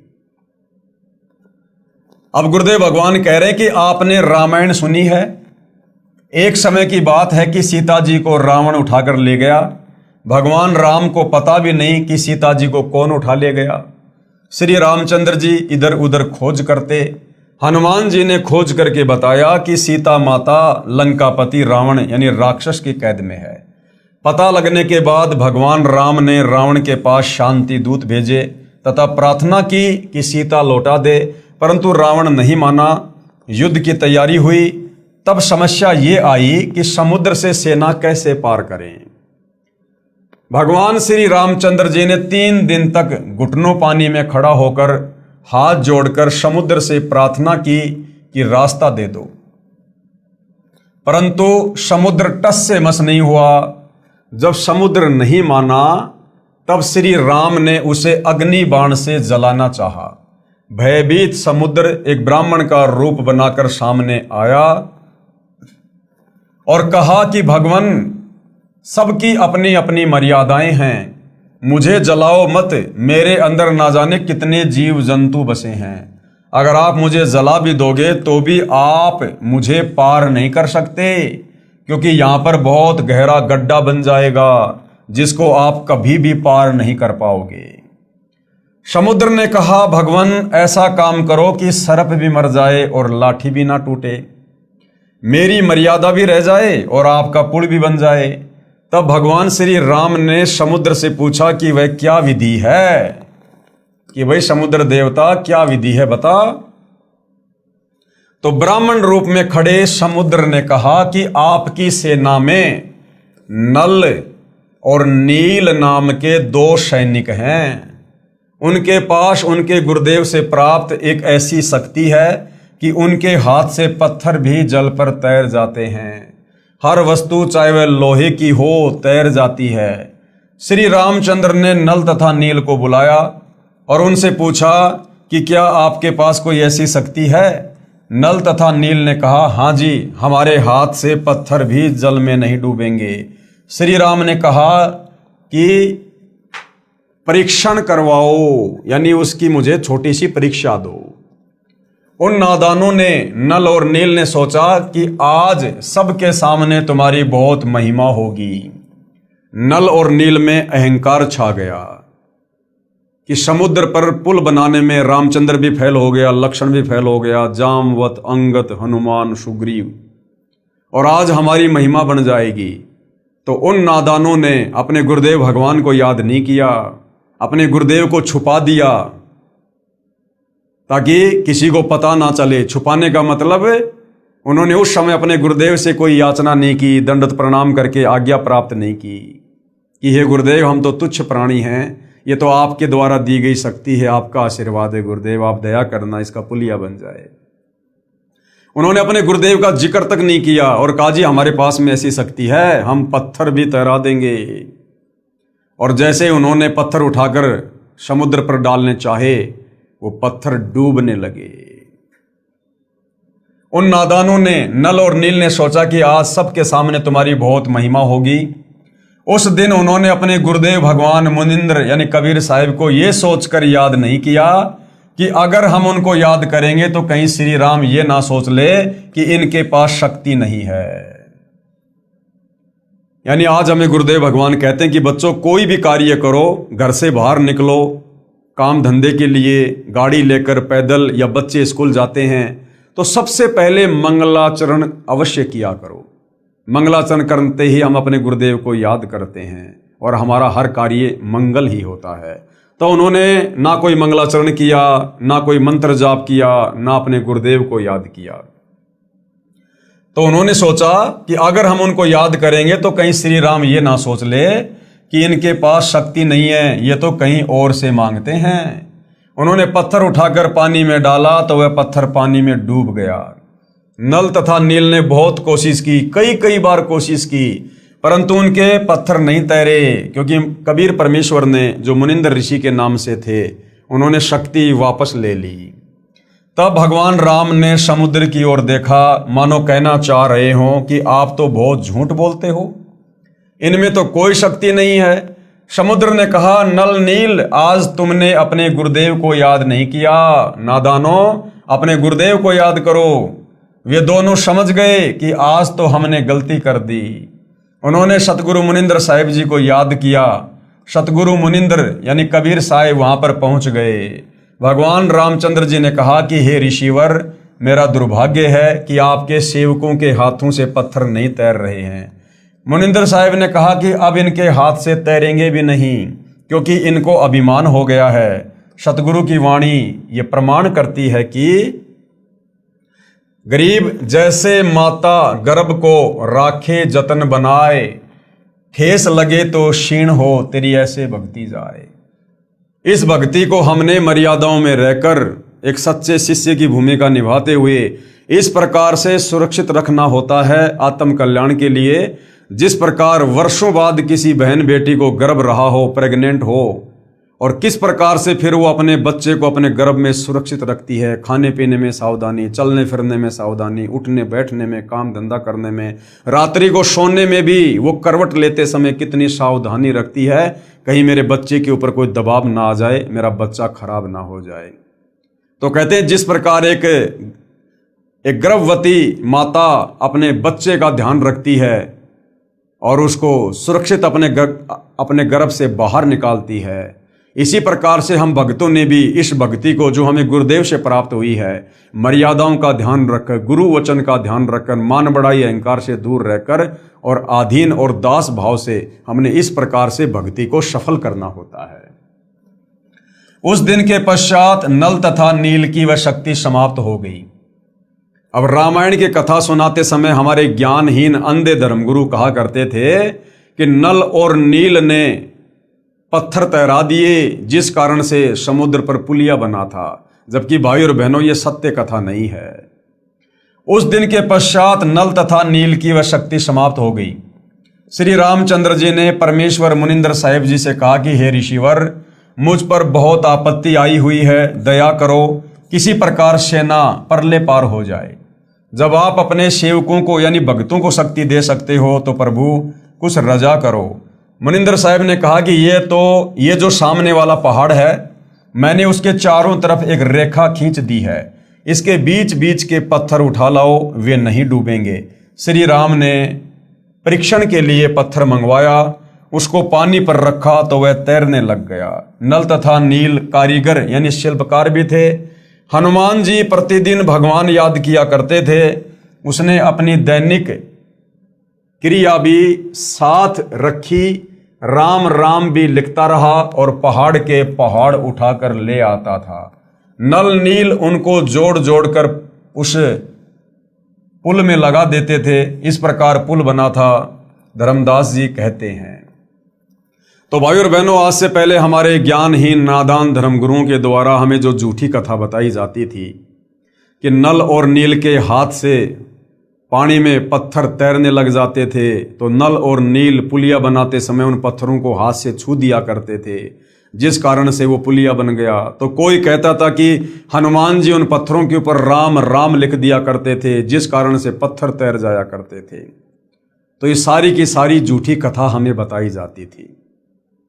प्रथम बार कबीर परमात्मा अपने पुत्र जोगजीत के रूप में जब तपतशिला पर काल से मिले थे, बहुत सारे एग्रीमेंट हुए थे, जिनमें एक एग्रीमेंट ये भी था, काल ने कहा था कि आप नीचे जाओगे और त्रेता युग में मेरा पुत्र विष्णु नारद जी के श्राप के कारण मृतलोक में जाएगा, कौशल्या के गर्भ से जन्म लेगा और उसको 14 साल का वनवास मिलेगा, और वनवास के दौरान उसकी पत्नी सीता को, जो कि लक्ष्मी का रूप होगी, उसको रावण उठाकर लेकर जाएगा।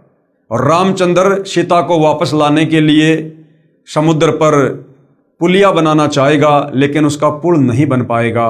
हे परमेश्वर, आप जी त्रेता युग में मेरे बेटे का पुलिया बनवाना। तो अपने उस वायदे के अनुसार त्रेता युग में कबीर परमात्मा मुनिंद्र ऋषि के रूप में आए और अपनी वचन शक्ति से एक पहाड़ के पत्थरों को हल्का किया, जिस कारण से समुद्र पर वो पुलिया बना।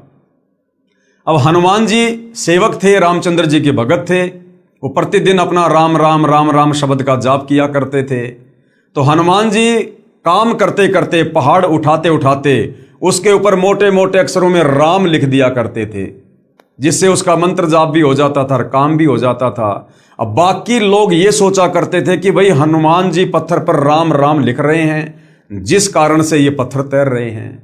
कुछ लोग सोचा करते थे कि ये नल और नील इनके हाथों में शक्ति है, इनके हाथों से ये पत्थर छूने के कारण ये जल में नहीं डूब रहे। क्योंकि मुनिंद्र ऋषि रूप में परमात्मा कबीर जी की, नल नील की और रामचंद्र जी की जो वार्ता हो रही थी, वो कुछ ही लोगों के बीच में हो रही थी। बाकी लाखों की, वो करोड़ों की सेना दूर थी, उन तक ये बात नहीं पहुंच रही थी। तो बाकी लोगों को उस बात का नहीं पता था कि किस आधार से ये पुल बन रहा है। तो बाद में उन लोगों ने अपने अपने घरों पर जाकर उसी प्रकार से महिमा कर दी कि हनुमान जी राम राम लिखा करते थे, जिस कारण से पत्थर तैर गए। नल और नील के हाथों में शक्ति थी, जिस कारण से वो पुलिया बन गया। और आम समाज में ये गलत धारणा फैल गई, जबकि हकीकत ये है जो अब गुरुदेव भगवान हमें बता रहे हैं।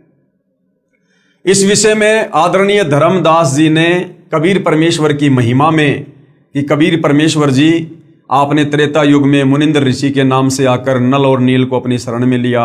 आपने रामचंद्र जी का जो पुलिया नहीं बन पा रहा था, वो दुखी था, परेशान था, अपनी पत्नी सीता को लंका से वापस लाने के लिए। ये परमेश्वर, आपने किस प्रकार से उसका पुलिया बनवाया, आप तो महान हो, आपकी महिमा अपरंपार है। उन्होंने एक शब्द गाया।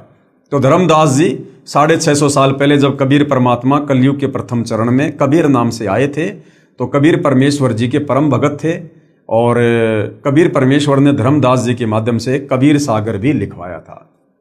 तो धर्मदास जी अपने परमात्मा कबीर जी की महिमा में क्या कह रहे हैं?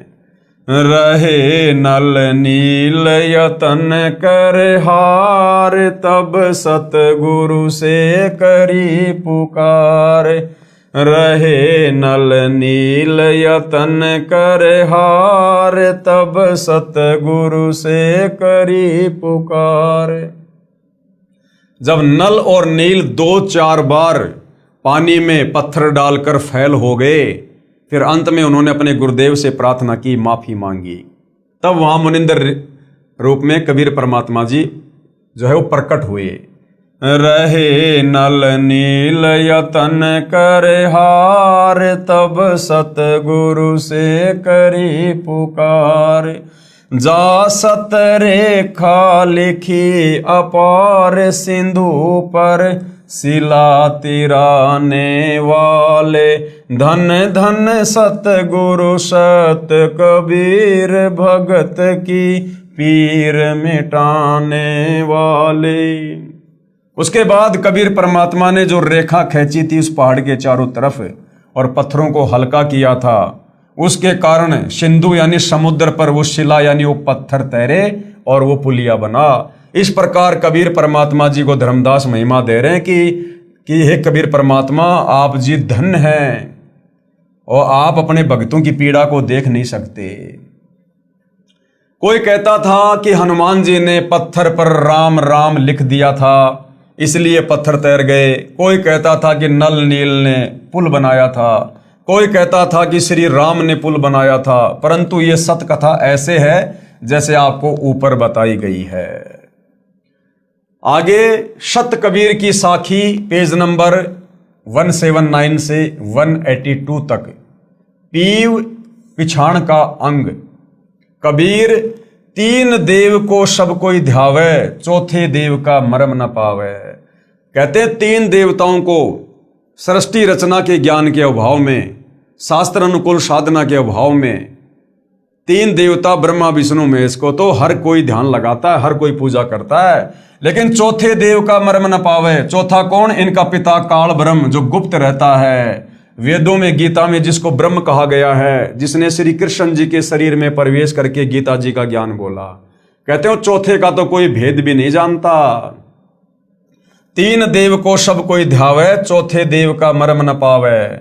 चौथा छोड़ो, पांचवे को ध्यावे, कहे कबीर सो हम पर आवे। वो चौथे काल निरंजन को भी छोड़ दो, और जो पांचवे का ध्यान करेगा, पांचवा कौन? कबीर परमात्मा, परम अक्षर ब्रह्म, सारी सृष्टि का मालिक कबीर देव। कहते हैं जो उस काल को यानी चौथे को छोड़कर और पांचवे का ध्यान धरेगा, कबीर परमात्मा का, कहे कबीर सो हम पर आवे, यानी वो हमारे सतलोक में वापस आ सकता है। कबीर ओंकार निश्चय भैया ये करता मत जान। ओंकार यानी ये काल। गीता जी अध्याय 8 श्लोक नंबर 13 में ये गीता बोलने वाला काल ब्रह्म कह रहा है कि मेरा तो एक ओम नाम का मंत्र है। ओम इति एक अक्षरम ब्रह्म व्यवहारण माम अनुस्मरण ये परियाति तजन देहम सयाति परमाम गतम। कि अर्जुन, मेरी साधना का, मुझ ब्रह्म, मुझ काल की साधना का एक ओम मंत्र है जिसको ओंकार कहते हैं। तो कबीर परमात्मा कहते हैं इस ओंकार को, ओम कहो चाहे ब्रह्म कहो, इसको भगवान मत जानो, इसको करता मत जान। साचा शब्द कबीर का पर्दे माही पहचान। सच्चा मंत्र तो कबीर परमेश्वर जी का है, जो तत्वदर्शी संत देता है। कहते हैं उसको पहचान ले, उसकी साधना कर, तब तेरा मोक्ष होगा। कबीर राम कृष्ण अवतार हैं। ये राम और कृष्ण तो विष्णु के अवतार हैं। इनका ना ही संसार, इन्होंने सृष्टि को नहीं रचा। और जिन साहिब संसार किया, जिस परमात्मा ने संसार को रचा, सो किन्हों ने जन्या नार, उस परमेश्वर को किसी भी औरत ने जन्म नहीं दिया। वो जन्म लेकर नहीं आता, जैसे राम कृष्ण माँ के गर्भ से जन्म लेकर आते हैं।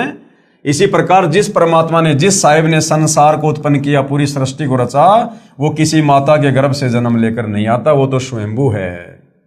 कबीर चार भुजा के भजन में भूल पड़े सब संत। चार भुजा के भगवान कौन है? ब्रह्मा विष्णु महेश, इनकी चार चार भुजा हैं।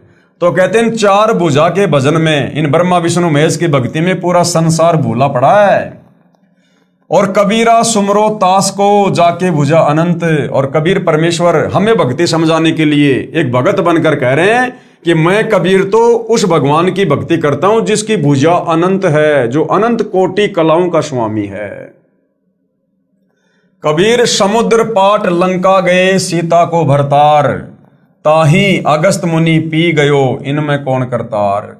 नादानी के चलते, सत्य कथा का ज्ञान ना होने के चलते, सृष्टि रचना के अभाव में हमारे नादान धर्म गुरुओं ने हमें बताया कि श्री रामचंद्र जी भगवान हैं, करतार हैं, परमात्मा हैं। इन्होंने समुद्र पे पुलिया बना दिया।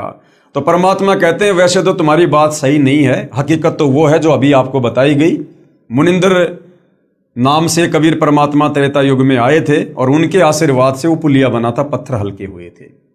लेकिन चलो, जैसा ये लोकवेद है, सुनी सुनाई बातें चल रही हैं कि रामचंद्र जी परमात्मा है, समुद्र पे पुलिया बना दिया, सेना को पार कर दिया। तो कबीर परमात्मा कहते कि नादानो, अगर तुम इसी छोटी सी बात को लेकर श्री रामचंद्र जी को भगवान मानकर बैठे हो कि उन्होंने समुद्र के ऊपर जो है वो पुलिया बना दिया, तो परमात्मा जी कहते हैं कि एक अगस्त नाम का ऋषि था, उसने तो एक घूंट में 7 समुद्रों का पानी पी लिया था सिद्धि से। तो बताओ फिर तुम्हारा राम बड़ा हुआ या फिर वो अगस्त ऋषि बड़ा हुआ? तो इन छोटी मोटी इन सिद्धियों से, खेल खिलौने से कोई भगवान साबित नहीं होता है। समुद्र पाट लंका गयो सीता को भरतार, ताही अगस्त मुनि पी गयो इनमें कौन करतार। फिर कहते हैं गोवर्धन गिरी धार्यो श्री कृष्ण जी और द्रोणागिरी हनुमंत, और शेष नाग सब सृष्टि संहारी इनमें कौन भगवंत। दूसरा, हम लोग अध्यात्म की जानकारी ना होने के चलते कहा करते थे कि श्री कृष्ण जी ने गोवर्धन पर्वत को अपनी उंगली पर धारण कर लिया, जिस कारण से हम उनको भगवान कहने लगे। और कहते थे कि हनुमान जी ने द्रोणागिरी पहाड़ को उठा लिया, संजीवनी बूटी सहित द्रोणागिरी पहाड़ को उठाकर लंका ले गए, इसलिए ये भगवान हैं। तो परमात्मा कहते हैं वैसे तो हकीकत कुछ और है। कबीर परमात्मा ने ही श्री कृष्ण जी का रूप बनाकर और गोवर्धन पर्वत को उठाया था, और जो द्रोणागिरी पहाड़ था उसको भी कबीर परमात्मा ने ही हनुमान जी को शक्ति देकर उठवाया था। लेकिन ये भाई और बहनों, जब हमें सतगुरु रामपाल जी के सत्संग सुनेंगे, सृष्टि रचना को समझेंगे, तब हमें पता चलेगा कि कबीर परमात्मा के अलावा सारी सृष्टि में चाहे हनुमान हो, चाहे शनि देव हो, चाहे 33 करोड़ देव हो, चाहे ब्रह्मा विष्णु महेश हो, चाहे काल और दुर्गा है, ये सब जीव श्रेणी में है। जीव श्रेणी में ये कुछ नहीं कर सकते, करने करवाने वाला कबीर भगवान है। तो कहते हैं अगर तुम इसी बात के आधार से श्री कृष्ण जी को भगवान मानकर बैठ गए कि उसने गोवर्धन पर्वत को उठा लिया, हनुमान जी ने द्रोणागिरी पहाड़ को उठा लिया, और फिर तुम ही लोग कहते हो कि शेष नाग के सिर के ऊपर पूरी पृथ्वी रखी हुई है, तो बताओ फिर वो शेष नाग बड़ा हुआ या तुम्हारा हनुमान और श्री कृष्ण बड़ा हुआ? अरे वो द्रोणागिरी पहाड़ और वो गोवर्धन पर्वत जिस धरती पर हैं, उस धरती को तुम कहते हो कि शेष नाग अपने सिर पर रखे हुए हैं, तो बताओ फिर सबसे बड़ा भगवान कौन हुआ? तो कहने का मतलब है ये केवल दंत कथा है, आदि अधूरी ये कथा है। किसी शेष नाग के सर के ऊपर पृथ्वी नहीं टिकी हुई है। ये पृथ्वी परमपिता परमेश्वर के वचन से अपनी जगह पर स्थिर है, घूम रही है। जैसा भी है परमेश्वर के वचन से, हमने सृष्टि रचना में पढ़ लिया कि कबीर परमेश्वर जी ने इस काल को श्राप दिया था, जिस कारण से इसके 21 ब्रह्मांड सतलोक से विमान की तरह चल पड़े और सतलोक से 16 संकोश की दूरी पर आकर परमेश्वर के वचन से स्थिर हो गए। वैज्ञानिक जिसको गुरुत्वाकर्षण की शक्ति कहते हैं। फिर कहते हैं कबीर काटे बंधन विपत्ति में कठिन किया संग्राम, चीनो रे नर प्राणियां गरुड़ बड़ों के राम। फिर हमें क्या बताया जाता था कि श्री रामचंद्र जी इसलिए परमात्मा हैं कि इन्होंने लंकापति रावण को मार दिया और सीता जी को वापस लेकर आ गए। तो कबीर परमात्मा कहते हैं कि नादानो, जब श्री रामचंद्र और उसकी पूरी सेना हनुमान, सुग्रीव, जामवत, अंगद, लक्ष्मण, जब ये सारे वहां पर लंका में लड़ाई कर रहे थे रावण के साथ, तो रावण ने एक सिद्धि शक्ति से रामचंद्र जी और उसकी पूरी सेना को, हनुमान को, सबको नाग फांस में बांध दिया था। सर्पों ने लपेटा लगा लिया था, अनंत सर्प उत्पन्न हो गए और पूरी सेना को रामचंद्र जी सहित जैसे ईख की पुली को बांध दिया करते हैं रस्सी से, ऐसे सर्पों ने लपेटे लगा लिए और फण सीधा करके यूं खड़े हैं कि बस अब डसेंगे। उस समय श्री रामचंद्र जी ने, जिनको तुम परमात्मा कहते हो, सर्वशक्तिमान कहते हो, जो एक सर्प से, एक सांप से अपना बंधन नहीं छुड़वा पाए, उन्होंने अपने वाहन श्री गरुड़ पक्षी जी का आह्वान किया, उनसे प्रार्थना की। उसी समय गरुड़ पक्षी प्रकट हुए और बहुत सारे रूप बनाए अपनी सिद्धि से, और अपनी चोंच से उन सर्पों को काटा, मारा और रामचंद्र जी और उसकी सेना को बंधन मुक्त किया। तो बताओ फिर राम बड़ा हुआ या फिर वो गरुड़ बड़ा हुआ, जिस गरुड़ ने तुम्हारे रामचंद्र जी के भी बंधन काटे?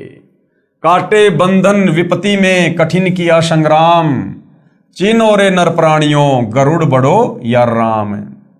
कबीर कहे कबीर चित चेत हूं शब्द करो निर्वार, श्री राम ही करता कहत भूल पड़े संसार। कबीर जिन राम कृष्ण व निरंजन कियो सो तो करता न्यार। क्या कहते हैं कबीर परमात्मा कि जिस भगवान ने तुम्हारे श्री कृष्ण जी को भी बनाया, और श्री कृष्ण यानी ब्रह्मा विष्णु महेश के पिता, निरंजन यानी इस काल को भी बनाया, कहते हैं वो परमात्मा तो कोई और ही है। अंधा ज्ञान न बूझ ही, मूर्ख आदमी उसके विषय में नहीं पूछेंगे, नहीं जानेंगे, कहे कबीर विचार।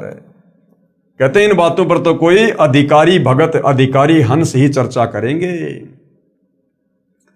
उसके बाद भाई और बहनों, द्वापर युग में कबीर देव यानी कबीर साहिब का करुणामय नाम से प्राकाटे, यानी द्वापर युग में किस प्रकार से वही कबीर भगवान, वही कबीर परमात्मा, सारी सृष्टि का मालिक, जिसने असंख्य ब्रह्मांडों की रचना की है, द्वापर युग में वही कबीर परमात्मा करुणामय ऋषि के नाम से प्रकट होते हैं और किस प्रकार से अपनी लीला करते हैं, किन किन आत्माओं को अपनी शरण में लेते हैं, और किस प्रकार से इस अध्यात्म को, सृष्टि रचना को, तत्व ज्ञान को हम काल के 21 ब्रह्मांडों में फंसी आत्माओं तक पहुंचाते हैं। इस पर हम विशेष तौर पर भाई और बहनों अगले वीडियो में चर्चा करेंगे, क्योंकि ये परमेश्वर की महिमा है, जगत पिता जगदीश्वर की महिमा है, जिनके विषय में आज से पहले हम कुछ भी नहीं जानते थे। तो हम इस अमर कथा को, नारायण कथा को, सत्य कथा को हम धीरे धीरे पढ़ेंगे और आगे बढ़ेंगे और समझते जाएंगे। और जिन जिन भाई बहनों को समझ में आ रही है उनसे प्रार्थना है, भाई ये मानव जन्म बड़ा दुर्लभ है, और जब तक हम तत्वदर्शी संत की शरण में नहीं आ जाते हैं और उनकी मर्यादा में रहकर भक्ति शुरू नहीं करते हैं, तब तक हमें इस मनुष्य जन्म का भी भरोसा नहीं है। ये कब हमारे हाथ से निकल जाए, कब किस घटना में हमारी मृत्यु हो जाए, कब ये अनमोल शरीर हमारे हाथ से छूट जाए और काल हमें तुरंत लक 84 योनि में, नरक में गधा कुत्ता सुअर बनाकर छोड़ देगा। और ये मनुष्य जन्म केवल और केवल अपनी आत्मा के कल्याण के लिए तत्वदर्शी संत की खोज करके, उसकी शरण में आकर सत भक्ति करके मोक्ष करवाने के लिए मिलता है। वो शु अवसर आज आप और हमें सहज में उपलब्ध है। जिस परमेश्वर को खोजने से वो प्राप्त नहीं होता, अरे खोजने से तो ये काल ब्रह्म ही प्राप्त नहीं होता। ब्रह्मा ने अपने पिता ब्रह्म का ध्यान लगाया 4 युग, साधु संत महात्मा सतयुग त्रेता द्वापर युग में हजारों हजारों वर्ष समाधि लगाकर ओम नाम का जाप करते, तप करते, इस काल ने भी दर्शन नहीं दिए।